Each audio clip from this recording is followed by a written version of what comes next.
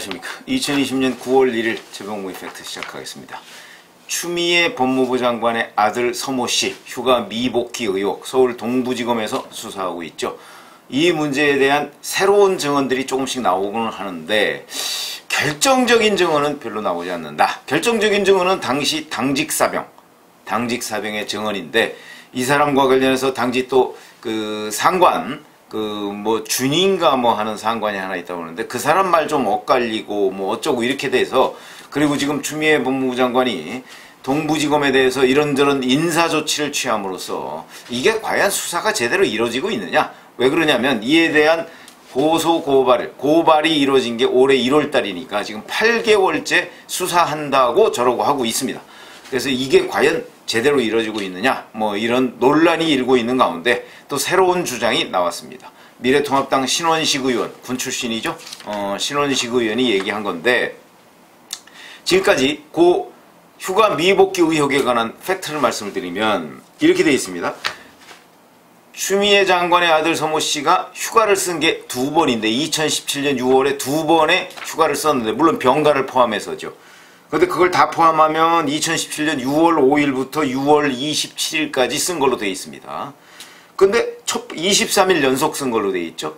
휴가 플러스 병가 이렇게 되어 있는 건데, 지금까지는 첫 번째 휴가 기간이 끝나는 게 6월 23일이고, 두 번째가 이렇게 끝나는데, 지금 상급부대 대위가 와서 6월 25일이 일요일입니다. 일요일날 밤 9시까지 안 들어오니까 어떻게 된 건가? 그래서 당시 당직사병이 전화를 했다는 거죠. 이 추미애 장관 아들한테. 그때 추미애 장관 아들이 집이다 이렇게 얘기했어. 너 뭐하냐? 빨리 들어와라.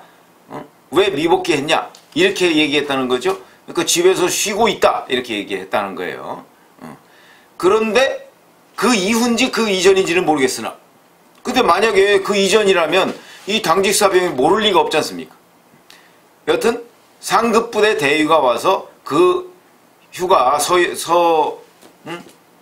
일병인지 상병인지 하여튼 휴가는 내가 처리할 테니까 그 휴가 처리를 해주라 이렇게 얘기를 했다는 거죠. 그래서 다시 휴가 처리를 해서 6월 27일까지 휴가를 간 걸로 이렇게 돼 있다 하는 게 지금까지 이제 팩트입니다.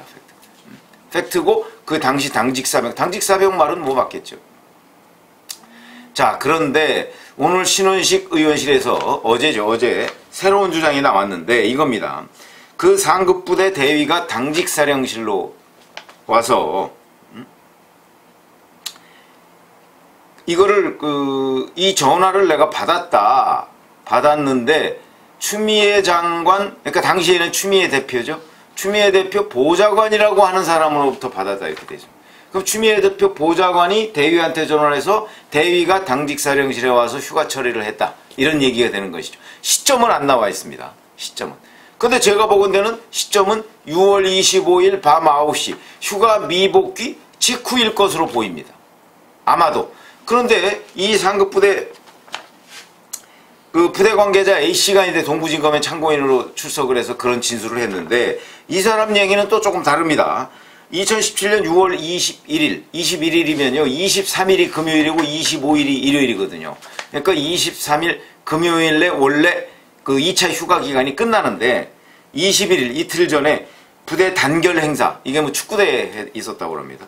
단결 행사 때 전화가 왔다. 그래서 23일 날 병가가 끝나는데 통원 치료를 하거나 또는 입원 치료를 하는 것은 아니고 집에서 쉬면서 회복하려고 한다. 그러니까 병가 처리가 가능하겠느냐 이렇게 전화가 왔다는 거죠. 병가 처리가 가능하겠느냐. 그래서 이제 이 A씨는 이제 A씨의 상관인 B씨한테 물었다는 거 아닙니까? 그랬더니 규정상 집에서 쉬는 거는 안 된다. A씨가 이제 그 서씨한테 그렇게 얘기를 했고요. 그러면서 이제 상관인 B씨한테 물었더니 상관도 그거는 병가 처리는 규정상 어려우니까 그냥 개인 연가로 처리해줘라 이렇게 얘기를 했다는 겁니다. 자, 그게 21일 날 그렇게 했고요. 그래서 23일 날 원래 복귀를 해야 되고, 근데 23일이 금요일이니까 이 카투사는 토요일, 일요일 놉니다. 그러니까 토일에서 일요일 날 저녁까지 복귀를 해야 되는 거죠. 그렇게 해야 되는데 안 하니까 당직사병이 이제 문제를 제기했던 이런 상황이고, 이 당직사병도 동부지검에 나와서 참고인 진술을 했고, 사실은 동영상까지 찍어서 본인의 주장을 얘기를 한 적이 있습니다. 근데 조금씩 엇갈립니다. 그러니까 무슨 얘기냐면, 이 부대 관계자인 A씨의 상관 B씨가 얘기한 게 사실이라면 21일 날 그런 식으로 해서 처리가 됐으면 그게 당직사령실에도 다 알려졌을 거거든요. 그러면 당직사병이 당연히 얘 왜 휴가 미복귀, 휴가 미복귀라는 게요 결국은 탈령입니다. 탈령. 근데 얘 왜 탈령이야? 라고 문제 제기를 하지 않았겠죠. 그런 걸 그 부대에서 신송이라고 합니다. 신송. 그러니까 무슨 얘기냐면 그 전임자가 얘기했던 부분을 본인이 이제 이어받는 거죠. 이어받는다. 그래서 이어받아서 보니까 오늘까지 복귀해야 되는 이 서씨가 복귀를 안 하고 휴가를 연장했다 하는 것을 2017년 6월 25일에 틀림없이 그걸 전달받았을 텐데 휴가 미복귀했다고 당시에 난리가 난 이런 상황이라면, 그리고 이 군대에서는요 보고책이 확실합니다. 잘 아시지만 첫 번째도 보고 마지막 번째도 보고입니다. 군대는 보고를 일단 했다면 본인은 면책이 됩니다. 그렇기 때문에 이 당직사병은 아마 상급자한테 틀림없이 보고를 했을 것이고요. 이 상급자들이라는 게 결국 지금 서울 동부지검에서 참고인 진술을 한 이 상급자들일 텐데, 이렇게 다 알고 있었다면 그러면 당연히 문제가 되지 않았겠죠. 왜냐면 대위가 처리해주라고 그래서 처리를 해줬고, 그래서 그에 따라서 6월 27일 날 복귀를 한 것이다. 그러면 6월 25일도 만약에 사전에 다 얘기가 됐다면 아무런 문제 없이 넘어갈 수 있고, 이 서씨는 6월 27일까지 개인 연가로 처리해서 이렇게 된 거니까 뭐 휴가 미복귀? 아니죠. 6월 25일 시점에서 보면 처리가 됐다면 휴가 미복귀가 아닌데 당시 당직사병은 미복귀라고 해서 전화를 했단 말이죠. 그럼 여기서 두 가지 가능성을 엿볼 수가 있습니다. 첫 번째, 우선 그 휴가 미복귀 당시까지 개인 연가 처리가 안 된 것. 그러니까 휴가 미복귀 이후에 이제 당직사병이 전화를 해서 너 뭐해 집에서 빨리 복귀해 이렇게 얘기를 하니까 서둘러서 이제 뭐 보좌관이나 이 사람한테 해서 이거 좀 어떻게 처리 좀 해줘요 라고 해서 처리를 했을 가능성. 두 번째는 그 전에 이 A씨의 상급자 B씨의 진술처럼 그 전에 다 처리가 됐는데 부대 내에서 자기네들 당직병끼리, 당직병은 매일 바뀌니까 당직병끼리 신송이 잘 안 됐을 가능성. 근데 제가 보건대는 신송이 안 됐을 가능성보다는 휴가 미복귀, 그러니까 6월 21일이라는 게 조금 잘못된 것 아닌가 싶은 생각도 들고요. 그래서 그때까지 처리가 안 됐는데 그 후에 연장한 것 아니냐, 이런 생각이 듭니다. 근데 그 두 가지 가능성이 저는 다 있다고 보고요. 자, 이렇게 따지면 요 신원식 의원실 설명이 사실이라면 어떤 문제가 있냐면, 이 보좌관이 추미애 장관은 당시에 당대표 시절이기 때문에 당대표에는 비서실도 있고, 당대표 비서실이 있죠. 그게 실장, 부실장 뭐 이렇게 해서 비서실 직원들이 있고, 그건 대표 쪽이고, 국회의원회관실에는 국회의원으로서 보좌진들이 있습니다. 거기에 보좌관, 비서관 뭐 이렇게 있죠. 그러니까 이게 이제 흔히 밖에 정치권을 잘 모르시는 분들은 의원 보좌관 그러면 뭐 의원 따라다니면 다 보좌관인 줄 아는데 그렇지 않습니다. 그게 직급이 있습니다. 4급 보좌관 2명 있고요. 5급 비서관, 5급부터는 비서관이라고 하고요. 뭐 이런 식으로 다 있습니다. 그래서 이게 그냥 추미애 의원 보좌관이라고 하면 당대표 비서실에 있었던 뭐 실장, 부실장, 실장은 국회의원이니까 부실장이나 뭐 이런 사람을 얘기하는 것인지, 아니면 국회의원회관실에 있는 국회 직제에 있는 보좌관을 얘기한 것인지, 이것도 지금 불투명합니다. 어쨌든 간에 이런 진술이 있었다. 이거는요, 그 당시 당직사병 진술하고 이렇게 딱 맞춰보면 아까 제가 말씀드렸듯이 사전에 조치를 했는데 당직사병한테 신송이 안 돼서 이제 뭐 휴가 미복귀 뭐 운운하고 논란이 벌어졌을 가능성 하나. 두 번째는 그 2017년 6월 25일까지